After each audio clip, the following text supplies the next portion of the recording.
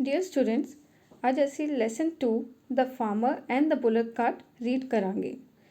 ਸਭ ਤੋਂ ਪਹਿਲੇ ਇਸ ਚੈਪਟਰ ਦਾ ਮਤਲਬ ਸਮਝ ਲੈਂਦੇ ਹਾਂ।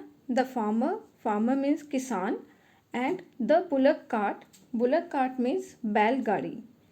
ਠੀਕ ਹੈ, ਤਾਂ ਇਹ ਇੱਕ ਕਿਸਾਨ ਤੇ ਉਸਦੀ ਬੈਲ ਗਾੜੀ ਦੀ ਕਹਾਣੀ ਹੈ। ਤਾਂ ਆਪਾਂ ਇਸ ਨੂੰ ਰੀਡ ਕਰਦੇ ਹਾਂ। ਸਭ ਤੋਂ ਪਹਿਲਾਂ ਆਪਾਂ ਆਬਜੈਕਟਿਵ ਤੇ ਪ੍ਰੀ ਰੀਡਿੰਗ ਇਹ ਕਰਾਂਗੇ ਤੇ ਉਸ ਤੋਂ ਬਾਅਦ ਆਪਾਂ ਪੂਰਾ ਚੈਪਟਰ ਪਹਿਲੇ ਰੀਡ ਆਊਟ ਕਰਾਂਗੇ, ਫਿਰ ਉਸ ਦਾ ਦੁਬਾਰਾ ਇੱਕ ਇੱਕ ਵਰਡ ਦਾ ਇੱਕ ਲਾਈਨ ਦਾ ਮਤਲਬ ਸਮਝਾਂਗੇ। ਤਾਂ ਚਲੋ ਹੁਣ ਆਪਾਂ ਸਟਾਰਟ ਕਰਦੇ ਹਾਂ। ਫਸਟ ਹੈ ਆਬਜੈਕਟਿਵ ਮੀਨਸ ਹੁੰਦਾ ਹੈ ਉਦੇਸ਼, ਕਿ ਇਸ ਦਾ ਲਕਸ਼ ਕੀ ਹੈ, ਇਸ ਤੋਂ ਤੁਹਾਨੂੰ ਕੀ ਸਮਝਾਉਣਾ ਚਾਹ ਰਹੇ ਹਾਂ। To develop listening, reading skills and to develop the habit of self help among the students. To develop listening, reading skills and to develop the habit of self help among the students. ਇਸ chapter ਦਾ ਉਦੇਸ਼ ਕੀ ਹੈ ਕਿ ਇਸ chapter ਤੋਂ ਆਪਾਂ ਨੂੰ listening ਆਪਣੀ improve ਹੋਣੀ ਚਾਹੀਦੀ ਹੈ, ਰੀਡਿੰਗ ਸਕਿੱਲਸ ਆਪਣੇ ਪੜ੍ਹਨ ਦੀ ਜਿਹੜੀ ਹੈ ਸ਼ਮਤਾ ਉਹ ਵਧਣੀ ਚਾਹੀਦੀ ਹੈ, ਤੇ ਨਾਲ ਹੀ ਆਪਣੇ ਅੰਦਰ ਇੱਕ ਸੈਲਫ ਹੈਲਪ ਮਤਲਬ ਕਿਸੇ ਦੀ ਵੀ ਹੈਲਪ ਕਰਨ ਦੀ ਜੋ ਆਦਤ ਹੈ ਉਸ ਨੂੰ ਵਿਕਸਿਤ ਕਰਨਾ ਹੈ। ਇਹ ਇਸ ਚੈਪਟਰ ਦਾ ਉਦੇਸ਼ ਹੈ। ਨੈਕਸਟ ਹੈ ਪ੍ਰੀ ਰੀਡਿੰਗ ਮੀਨਸ ਰੀਡਿੰਗ ਕਰਨ ਤੋਂ ਪਹਿਲੇ ਦੇ ਕੁਝ ਪ੍ਰਸ਼ਨ ਜਿਨ੍ਹਾਂ ਦੇ ਉੱਤਰ ਆਪਾਂ ਦੇਣੇ ਹੈ। ਫਸਟ ਹੈ ਸ਼ੁੱਡ ਵੀ ਹੈਲਪ ਅਦਰਸ, ਕਿ ਆਪਾਂ ਨੂੰ ਦੂਸਰਿਆਂ ਦੀ ਮਦਦ ਕਰਨੀ ਚਾਹੀਦੀ ਹੈ। ਹੈਲਪ ਮੀਨਸ ਮਦਦ, ਅਦਰਸ ਮੀਨਸ ਦੂਸਰੇ। ਸ਼ੁੱਡ ਵੀ ਹੈਲਪ ਅਦਰਸ, ਕਿ ਆਪਾਂ ਨੂੰ ਦੂਸਰਿਆਂ ਦੀ ਮਦਦ ਕਰਨੀ ਚਾਹੀਦੀ ਹੈ। ਇਸ ਦਾ ਆਨਸਰ ਤੁਸੀਂ ਦੇਣਾ ਹੈ ਤੇ ਇਹ ਤੁਹਾਡਾ ਅੱਜ ਦਾ ਹੋਮਵਰਕ ਵੀ ਹੈ। ਇਸ ਚੈਪਟਰ ਨੂੰ ਰੀਡ ਕਰਨ ਤੋਂ ਬਾਅਦ ਤੁਹਾਨੂੰ ਇੱਕ ਵਾਰ ਫਿਰ ਐਕਸਪਲੇਨ ਕੀਤਾ ਜਾਏਗਾ ਕਿ ਤੁਸੀਂ ਹੋਮਵਰਕ ਵਿੱਚ ਕੀ ਕਰਨਾ ਹੈ। ਸੈਕੰਡ ਕੁਐਸਚਨ ਹੈ have you ever helped anybody, ਕੀ ਤੁਸੀਂ ਕਦੇ ਕਿਸੇ ਦੀ ਮਦਦ ਕੀਤੀ ਹੈ। ਨੈਕਸਟ ਕੁਐਸਚਨ ਹੈ how did you help him or her, ਤੁਸੀਂ ਉਸ ਦੀ ਮਦਦ ਕਿਸ ਤਰੀਕੇ ਨਾਲ ਕੀਤੀ। ਹਾਊ ਮੀਨਸ ਕਿਵੇਂ ਕੀਤੀ। ਨੈਕਸਟ ਹੈ ਨਿਊ ਵਰਡਸ। ਹੁਣ ਆਪਾਂ ਇਹਨਾਂ ਵਰਡਸ ਦੇ ਮਤਲਬ ਸਮਝਾਂਗੇ। ਇਹ ਵੀ ਤੁਸੀਂ ਹੋਮਵਰਕ ਵਿੱਚ ਕਰਨਾ ਹੈ। ਇਸ ਨੂੰ ਮੈਂ ਦੁਬਾਰਾ ਫਿਰ ਇੱਕ ਵਾਰ ਐਕਸਪਲੇਨ ਕਰ ਦੇਵਾਂਗੀ। ਅੱਜ ਦਾ ਤੁਹਾਡਾ ਆਨਸਰ ਜੋ ਤੁਹਾਡਾ ਹੋਮਵਰਕ ਹੈ ਉਹ ਹੈ ਇਹਨਾਂ ਕੁਐਸਚਨਸ ਦੇ ਆਨਸਰ ਦੇਣਾ ਤੇ ਨਾਲ ਹੀ ਇਹਨਾਂ ਵਰਡਸ ਦੇ ਮੀਨਿੰਗ ਆਪਣੇ ਵਰਡਸ ਵਿੱਚ ਲਿਖਣ ਦੀ ਕੋਸ਼ਿਸ਼ ਕਰਨਾ। ਤਾਂ ਨਿਊ ਵਰਡਸ ਹੈ। ਫਰਸਟ ਵਰਡ ਹੈ ਫਾਰਮਰ ਦਾ ਮਤਲਬ ਮੈਂ ਤੁਹਾਨੂੰ ਪਹਿਲੇ ਹੀ ਦੱਸਿਆ, ਕਿਸਾਨ ਨੂੰ ਫਾਰਮਰ ਕਹਿੰਦੇ ਹਨ। ਸੈਕਿੰਡ ਹੈ ਮਾਰਕੀਟ ਜੋ ਹੈ ਬਾਜ਼ਾਰ ਨੂੰ ਕਹਿੰਦੇ ਹਨ। ਬਾਜ਼ਾਰ ਇੱਕ ਉਹ ਜਗ੍ਹਾ ਹੈ ਜਿੱਥੇ ਆਪਾਂ ਆਪਣੇ ਗੁੱਡਸ ਜੋ ਹੈ ਵੇਚ ਸਕਦੇ ਹਾਂ ਜਾਂ ਕੁਝ ਵੀ ਖਰੀਦਣ ਜਾਂਦੇ ਹਾਂ, ਉਸਨੂੰ ਬਾਜ਼ਾਰ ਜਾਂ ਮਾਰਕੀਟ ਕਿਹਾ ਜਾਂਦਾ ਹੈ। ਨੈਕਸਟ ਹੈ ਲੋਡਿਡ ਮੀਨਸ ਲੱਦਿਆ ਹੋਇਆ। ਕਿਸੇ ਵੀ ਚੀਜ਼ ਨੂੰ ਜੇ ਤੁਸੀਂ ਉਸ 'ਤੇ ਕੁਝ ਵੀ ਰੱਖੋਗੇ ਸਮਾਨ ਲੋਡ ਕਰਨਾ, ਉਸਨੂੰ ਕਹਿੰਦੇ ਲੋਡਿਡ, ਲੱਦਿਆ ਹੋਇਆ। ਨੈਕਸਟ ਹੈ ਸਟਰਗਲ ਮੀਨਸ ਬਹੁਤ ਮਿਹਨਤ, ਸਟਰਗਲ ਮੀਨਸ ਸੰਘਰਸ਼। ਕੜੀ ਚੁਣੌਤੀਆਂ ਜਦ ਆਪਣੇ ਆਉਂਦੀ ਹੈ ਰਸਤੇ ਵਿੱਚ ਤਾਂ ਉਸਨੂੰ ਕਹਿੰਦੇ ਸਟਰਗਲ ਕਰਨਾ। ਉਸ ਤੋਂ ਬਾਹਰ ਨਿਕਲਣ ਲਈ ਜੋ ਆਪਾਂ ਸੰਘਰਸ਼ ਕਰਦੇ ਹਾਂ ਉਹ ਹੁੰਦਾ ਸਟਰਗਲ।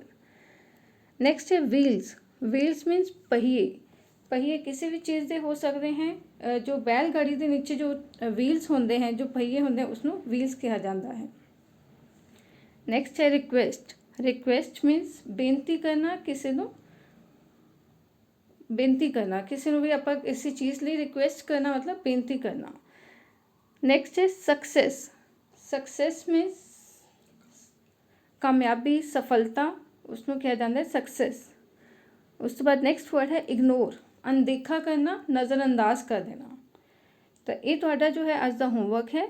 ਇਹ ਪ੍ਰੀ ਰੀਡਿੰਗ ਵਾਲੇ 3 ਕੁਐਸਚਨਸ ਜੋ ਹੈ ਇਹਨਾਂ ਦੇ ਤੁਸੀਂ ਆਨਸਰਸ ਆਪਣੇ ਵਰਡ ਵਿੱਚ ਲਿਖਣੇ ਹੈ। ਤੁਸੀਂ ਚਾਹੋ ਤਾਂ ਇਸਨੂੰ ਪੰਜਾਬੀ 'ਚ ਲਿਖ ਸਕਦੇ ਹੋ, ਪਰ ਕੋਸ਼ਿਸ਼ ਕਰਨਾ ਇੰਗਲਿਸ਼ ਵਿੱਚ ਹੀ ਇਹਨਾਂ ਦੇ ਆਨਸਰ ਦਿਓ। ਅਤੇ ਨਿਊ ਵਰਡਸ ਇਹਨਾਂ ਦੇ ਮਤਲਬ ਵੀ ਤੁਸੀਂ ਇੰਗਲਿਸ਼ ਪੰਜਾਬੀ ਕਿਸੇ ਵੀ ਲੈਂਗੁਏਜ ਵਿੱਚ ਲਿਖ ਸਕਦੇ ਹੋ। ਇਸ ਦੇ ਆਨਸਰ ਕੀ ਆਪਾਂ ਕੱਲ੍ਹ ਤੁਹਾਡੇ ਨਾਲ ਸ਼ੇਅਰ ਕਰਾਂਗੇ। ਤਾਂ ਚਲੋ ਹੁਣ ਆਪਾਂ ਰੀਡਿੰਗ ਸਟਾਰਟ ਕਰਦੇ ਹਾਂ।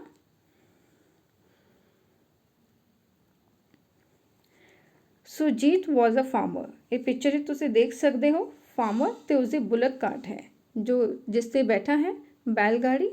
ਇਸ ਦੀ ਬੈਲ ਗਾੜੀ ਹੈ ਤੇ ਉੱਪਰ ਕਿਸਾਨ ਬੈਠਾ ਹੈ। ਹੁਣ ਆਪਾਂ ਪਹਿਲੇ ਪੂਰਾ ਚੈਪਟਰ ਇੱਕ ਵਾਰ ਰੀਡ ਆਊਟ ਕਰਾਂਗੇ। ਤੁਸੀਂ ਵੀ ਪਹਿਲੇ ਆਪਣੇ ਚੈਪਟਰ ਨੂੰ ਪੂਰਾ ਰੀਡ ਕਰਨਾ ਹੈ, ਫਿਰ ਉਸਦਾ ਵਰਡ ਟੂ ਵਰਡ ਮੀਨਿੰਗ ਤੇ ਉਸਦੀ ਐਕਸਪਲੇਨੇਸ਼ਨ ਨੂੰ ਸਮਝਣ ਦੀ ਕੋਸ਼ਿਸ਼ ਕਰਨੀ ਹੈ। So let's start the chapter. Surjit was a farmer. He was 60 years old. He had worked very hard on his farm. The crop was ready. he decided to take it himself to the grain market.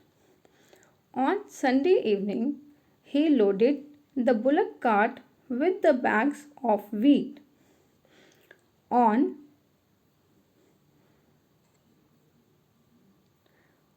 Monday morning, he left for the Dana Mandi. The path was kacha. It had also rained heavily last night. The farmer was going slow because he knew that the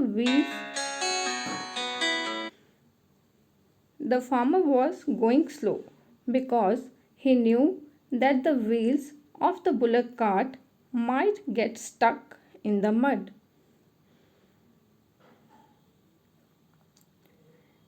As he was passing by a field, the wheels of his bullock cart got stuck in the mud.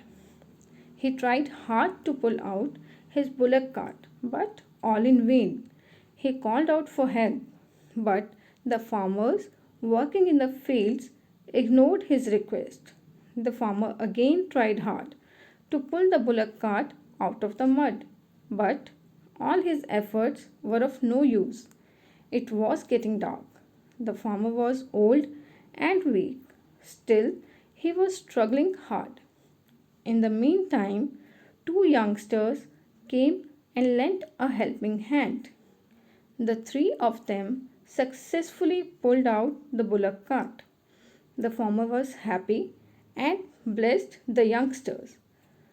ਇਹ ਆਪਾਂ ਪੂਰਾ chapter ਹੁਣ read ਕਰ ਲਿਆ ਹੈ ਤਾਂ ਹੁਣ ਆਪਾਂ ਇਸ ਦੀ ਐਕਸਪਲੇਨੇਸ਼ਨ ਸਟਾਰਟ ਕਰਦੇ ਹਾਂ।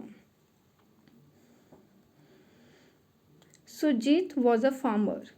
एक फार्मर है, उसका नाम सुरजीत है। फार्मर मीन्स किसान। सुरजीत एक किसान सी।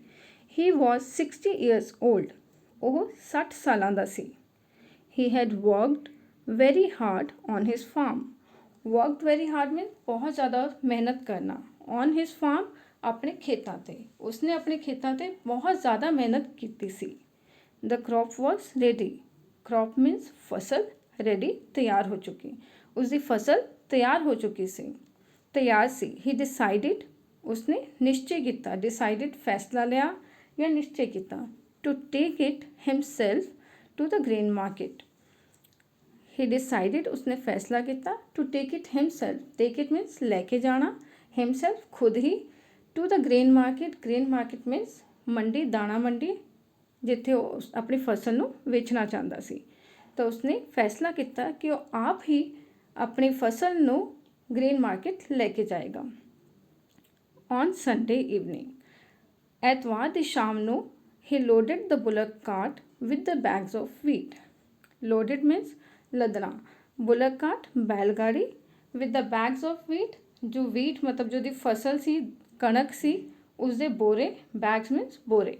उसने अपने कणक के बोरे जो है अपनी बैलगाड़ी ऊपर लद दिते। On Monday morning he left for the दाना मंडी। ਐਤਵਾਰ ਸ਼ਾਮ ਨੂੰ ਉਸਨੇ ਪਹਿਲੇ ਹੀ ਬੈਗ ਸਾਰੇ ਸ਼ਾਮ ਨੂੰ ਲੱਦ ਲਏ ਸੀ ਅਤੇ ਅਗਲੇ ਹੀ ਦਿਨ ਮੰਡੇ ਮਾਰਨਿੰਗ, ਸੋਮਵਾਰ ਸਵੇਰੇ ਹੀ ਲੈਫਟ ਫॉर द ਦਾਣਾ ਮੰਡੀ। ਉਹ ਦਾਣਾ ਮੰਡੀ ਲਈ ਨਿਕਲ ਪਿਆ। ਲੈਫਟ ਮੀਨਸ ਨਿਕਲਣਾ ਜਾਂ ਛੱਡਣਾ, ਆਪਣੀ ਜਗ੍ਹਾ ਤੋਂ ਮੂਵ ਕਰਨਾ। ਹੀ ਲੈਫਟ ਫॉर द ਦਾਣਾ ਮੰਡੀ। ਦ ਪਾਥ ਵਾਜ਼ ਕੱਚਾ। ਪਾਥ ਜਿਹੜਾ ਕਿ ਰਸਤਾ ਸੀ, ਪਾਥ ਰਸਤੇ ਨੂੰ ਕਿਹਾ ਜਾਂਦਾ ਹੈ। ਕੱਚਾ ਕਿ ਉੱਥੇ ਕੋਈ ਵੀ ਪੱਕੀ ਸੜਕ ਨਹੀਂ ਸੀ, ਕੱਚਾ ਸੀ, ਮਿੱਟੀ ਵਾਲਾ ਰਸਤਾ ਸੀ। ਦ ਪਾਥ ਵਾਜ਼ ਕੱਚਾ। It had also rained heavily last night. Rained heavily means ਬਹੁਤ ਹੀ ਜ਼ੋਰਦਾਰ ਬਾਰਿਸ਼। ਲਾਸਟ ਨਾਈਟ ਪਿਛਲੀ ਹੀ ਰਾਤ।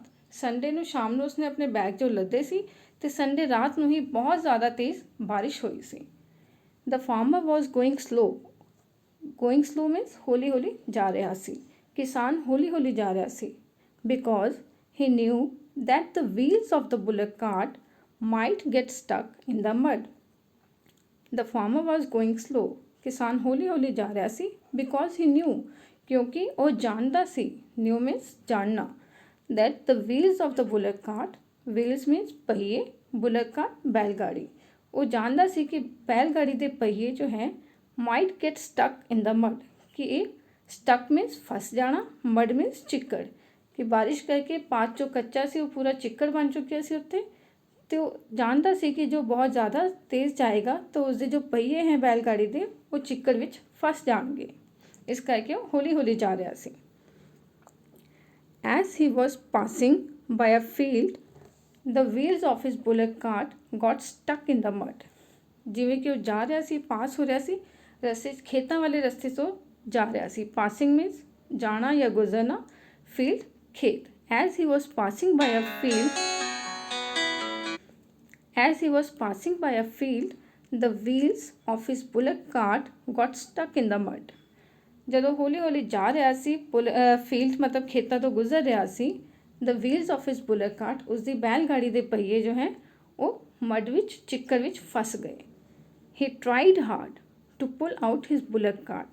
Tried hard means बहुत ज़्यादा उसने कोशिश की थी। He tried hard to pull out means बाहर ਕੱਢਣਾ, his bullock cart, अपनी बैलगाड़ी ਨੂੰ ਬਾਹਰ ਕੱਢਣ ਦੀ ਪੂਰੀ ਕੋਸ਼ਿਸ਼ ਕਰ ਰਿਹਾ ਸੀ, but all in vain means ਸਭ ਵਿਅਰਥ ਸੀ। ਉਹ ਜਿੰਨੀ ਵੀ ਉਸ 'ਤੇ ਮਿਹਨਤ ਕਰ ਰਿਹਾ ਸੀ ਉਹ ਸਭ ਵਿਅਰਥ ਜਾ ਰਹੀ ਸੀ। He called out for help. ਉਸਨੇ ਹੈਲਪ ਲਈ ਬੁਲਾਉਣਾ ਸ਼ੁਰੂ ਕੀਤਾ। called means ਬੁਲਾਉਣਾ, help means ਮਦਦ। ਉਸਨੇ ਮਦਦ ਲਈ ਬੁਲਾਇਆ, but the farmers working in the fields, ਜੋ ਉੱਥੇ ਕਿਸਾਨ ਜੋ ਹੈ ਖੇਤਾਂ ਵਿੱਚ ਕੰਮ ਕਰ ਰਹੇ ਸੀ, ਫੀਲਡਸ ਮੀਨਸ ਖੇਤਾਂ ਵਿੱਚ ਜੋ ਕੰਮ ਕਰ ਰਹੇ ਸੀ, ਉਹਨਾਂ ਨੇ ਇਗਨੋਰ ਕਰਤੇ ਉਸਦੀ ਰਿਕੁਐਸਟ, ਇਗਨੋਰਡ ਹਿਸ ਰਿਕੁਐਸਟ, ਉਸਦੀ ਜੋ ਬੇਨਤੀ ਸੀ ਉਸਨੂੰ ਨਜ਼ਰਅੰਦਾਜ਼ ਕਰ ਦਿੱਤਾ, ਅਣਦੇਖਾ ਕਰਤਾ ਅਤੇ ਆਪਣੇ ਕੰਮਾਂ ਵਿੱਚ ਰੁੱਝ ਗਏ। ਦ ਫਾਰਮਰ ਅਗੇਨ ਟਰਾਈਡ ਹਾਰਡ, ਕਿਸਾਨ ਨੇ ਫਿਰ ਦੁਬਾਰਾ ਕੋਸ਼ਿਸ਼ ਕੀਤੀ ਕਿ ਆਪਣੇ ਬੈਲ ਗਾੜੀ ਦੇ ਜੋ ਹੈ ਉਸਨੂੰ ਬਾਹਰ ਖਿੱਚ ਸਕੇ, to pull the bullock cart out of the mud. ਉਹਨੇ ਫਿਰ ਦੁਬਾਰਾ ਕੋਸ਼ਿਸ਼ ਕਰਦਾ ਰਿਹਾ ਕਿ ਉਸਨੂੰ ਚਿੱਕੜ ਤੋਂ ਬਾਹਰ ਕੱਢ ਸਕੇ, but all his efforts were of no use. ਉਹ ਜਿੰਨੀ ਵੀ ਕੋਸ਼ਿਸ਼ਾਂ ਕਰ ਰਿਹਾ ਸੀ, efforts means ਕੋਸ਼ਿਸ਼ ਕਰਨਾ, ਜਿੰਨੀ ਵੀ ਉਹ ਕੋਸ਼ਿਸ਼ ਕਰ ਰਿਹਾ ਸੀ ਉਹ ਕਿਸੇ ਵੀ ਉਹਦੇ ਕੰਮ ਨਹੀਂ ਆ ਰਹੀ ਸੀ। were of no use means ਕੋਈ ਕੰਮ ਨਹੀਂ ਆ ਰਹੀ ਸੀ। it was getting dark, ਹਨੇਰਾ ਹੋਈ ਜਾ ਰਿਹਾ ਸੀ। dark means getting dark means ਰਾਤ ਹੋਣਾ, ਹਨੇਰਾ ਹੋ ਜਾਣਾ, ਤਾਂ ਬਹੁਤ ਜ਼ਿਆਦਾ ਹਨੇਰਾ ਹੋ ਰਿਹਾ ਸੀ। the farmer was old and weak, ਕਿਸਾਨ ਜੋ ਹੈ ਉਹ 60 years ਦਾ ਸੀ, ਤਾਂ ਉਹ ਬੁੱਢਾ ਵੀ ਹੋ ਚੁੱਕਿਆ ਸੀ ਅਤੇ ਥੋੜ੍ਹਾ ਕਮਜ਼ੋਰ ਵੀ ਸੀ, ਤਾਂ ਉਹਦੇ ਲਈ ਇਕੱਲੇ ਲਈ ਕਰਨਾ ਬਹੁਤ ਮੁਸ਼ਕਿਲ ਹੋ ਰਿਹਾ ਸੀ। But still he was struggling hard, ਫਿਰ ਵੀ ਉਹ ਬਹੁਤ ਜ਼ਿਆਦਾ ਮਿਹਨਤ ਕਰ ਰਹੇ ਸੀ, ਬਹੁਤ ਸੰਘਰਸ਼ ਕਰ ਰਹੇ ਸੀ ਕਿ ਆਪਣੀ ਬੈਲ ਗਾੜੀ ਨੂੰ ਚਿੱਕੜ 'ਚੋਂ ਬਾਹਰ ਕੱਢ ਸਕੇ। In the meantime 2 youngsters, ਅਤੇ ਉਸੇ ਵੇਲੇ 2 youngster, 2 ਨੌਜਵਾਨ came and lent a helping hand. Came means ਉੱਥੇ ਆਏ, and lent a helping hand means ਉਸਦੀ ਮਦਦ ਲਈ ਹੱਥ ਵਧਾਇਆ, ਉਸਦੀ ਮਦਦ ਕੀਤੀ। ਠੀਕ ਹੈ। ਦ 3 of them successfully pulled out the bullock cart. ਹੁਣ 2 ਨੌਜਵਾਨ ਸੀ ਅਤੇ 1 ਕਿਸਾਨ, ਉਹਨਾਂ ਤਿੰਨਾਂ ਨੇ ਮਿਲ ਕੇ ਸਕਸੈਸਫੁਲੀ, ਸਫਲਤਾਪੂਰਵਕ ਬੁਲਕ ਕਾਰਟ ਜੋ ਸੀ, ਆਪਣੀ ਬੈਲ ਗਾੜੀ ਜੋ ਸੀ ਉਸਨੂੰ ਬਾਹਰ ਕੱਢ ਲਿਆ ਸੀ। ਪੁਲਡ ਆਊਟ ਦਾ ਬੁਲਕ ਕਾਰਟ। ਦ ਫਾਰਮਰ ਵਾਜ਼ ਹੈਪੀ, ਹੁਣ ਕਿਸਾਨ ਬਹੁਤ ਖੁਸ਼ ਸੀ। ਐਂਡ ਬਲੈਸ ਦ ਯੰਗਸਟਰਸ, ਅਤੇ ਉਸਨੇ ਉਹ ਨੌਜਵਾਨਾਂ ਨੂੰ ਬਹੁਤ ਸਾਰਾ ਆਸ਼ੀਰਵਾਦ ਦਿੱਤਾ ਕਿਉਂਕਿ ਉਹਨਾਂ ਨੇ ਉਸਦੀ ਮਦਦ ਕੀਤੀ ਸੀ। ਤਾਂ ਤੁਸੀਂ ਵੀ ਇਸੇ ਤਰ੍ਹਾਂ ਕਿਸੇ ਦੀ ਅਗਰ ਮਦਦ ਕੀਤੀ ਹੈ ਤਾਂ ਉਸ ਦੇ ਤੁਸੀਂ ਬਾਰੇ ਸੋਚੋ ਅਤੇ ਉਸਨੂੰ ਲਿਖਣਾ। ਇਹੀ ਤੁਹਾਡਾ ਹੋਮਵਰਕ ਹੈ ਜੋ ਆਪਾਂ ਪਹਿਲੇ ਕੁਐਸਚਨਸ ਵੀ ਡਿਸਕਸ ਕੀਤੇ ਹੈ, ਉਸਨੂੰ ਆਪਾਂ ਇੱਕ ਵਾਰ ਫਿਰ ਦੇਖ ਲੈਂਦੇ ਹਾਂ। ਤਾਂ ਆਪਾਂ ਨੂੰ ਇਸ ਕਹਾਣੀ ਤੋਂ ਆਪਾਂ ਨੂੰ ਇਹੀ ਸਿੱਖਿਆ ਮਿਲਦੀ ਹੈ ਕਿ ਆਪਾਂ ਨੂੰ ਵੀ ਮਦਦ ਕਰਨੀ ਚਾਹੀਦੀ ਹੈ, ਜਿਸ ਨੂੰ ਵੀ ਜ਼ਰੂਰਤ ਹੋਵੇ ਉਸਦੀ ਮਦਦ ਜ਼ਰੂਰ ਕਰੋ। ਤਾਂ ਹੁਣ ਆਪਾਂ ਅੱਜ ਦੇ ਹੋਮਵਰਕ ਵੀ ਵੇਖ ਲੈਂਦੇ ਹਾਂ। ਤਾਂ ਆਪਾਂ ਪਹਿਲੇ ਹੀ ਕੁਐਸਚਨਸ ਕੀਤੇ ਸੀ, ਪ੍ਰੀ ਰੀਡਿੰਗ ਵਾਲੇ 3 ਕੁਐਸਚਨ ਸੀ। ਸ਼ੁੱਡ ਵੀ ਹੈਲਪ ਅਦਰਸ, ਕਿ ਆਪਾਂ ਨੂੰ ਕਿਸੇ ਦੀ ਮਦਦ ਕਰਨੀ ਚਾਹੀਦੀ ਹੈ। Have you ever helped anybody, ਕਿ ਤੁਸੀਂ ਕਦੇ ਕਿਸੇ ਦੀ ਮਦਦ ਕੀਤੀ ਹੈ। And how did you help him or her, ਅਤੇ ਤੁਸੀਂ ਉਸ ਦੀ ਮਦਦ ਕਿਵੇਂ ਕੀਤੀ ਹੈ। ਇਹ 3 ਕੁਐਸਚਨਸ ਦੇ ਤੁਸੀਂ ਆਨਸਰਸ ਲਿਖਣੇ ਹਨ। ਤੁਸੀਂ ਚਾਹੋ ਤਾਂ ਇਸਨੂੰ ਪੰਜਾਬੀ 'ਚ ਲਿਖ ਸਕਦੇ ਹੋ, ਪਰ ਕੋਸ਼ਿਸ਼ ਕਰਨਾ ਕਿ ਇਸਨੂੰ ਇੰਗਲਿਸ਼ 'ਚ ਤੁਸੀਂ ਆਨਸਰ ਦੇ ਸਕੋ। ਅਤੇ ਨਾਲ ਹੀ ਜੋ ਆਪਾਂ ਨਿਊ ਵਰਡਸ ਕੀਤੇ ਸੀ, ਇਹਨਾਂ ਦੇ ਮਤਲਬ ਮੈਂ ਤੁਹਾਨੂੰ ਸਮਝਾਏ ਵੀ ਹੈ। ਇੱਕ ਵਾਰ ਫਿਰ ਵੀਡੀਓ ਨੂੰ ਧਿਆਨ ਨਾਲ ਦੇਖਣਾ, ਪੂਰੀ ਵੀਡੀਓ ਨੂੰ ਅੱਛੀ ਤਰ੍ਹਾਂ ਸਮਝ ਕੇ, ਪਹਿਲੇ ਚੈਪਟਰ ਰੀਡ ਕਰਕੇ ਅੱਛੀ ਤਰ੍ਹਾਂ ਸਟੋਰੀ ਨੂੰ ਸਮਝ ਕੇ ਇਹਨਾਂ ਵਰਡ 'ਤੇ ਵੀ ਤੁਸੀਂ ਮੀਨਿੰਗਸ ਲਿਖਣੇ ਹਨ, ਪੰਜਾਬੀ ਵਿੱਚ ਚਾਹੇ ਇੰਗਲਿਸ਼ ਵਿੱਚ। ਠੀਕ ਹੈ। ਤਾਂ ਇਹ ਅੱਜ ਦਾ ਤੁਹਾਡਾ ਕੰਮ ਹੈ।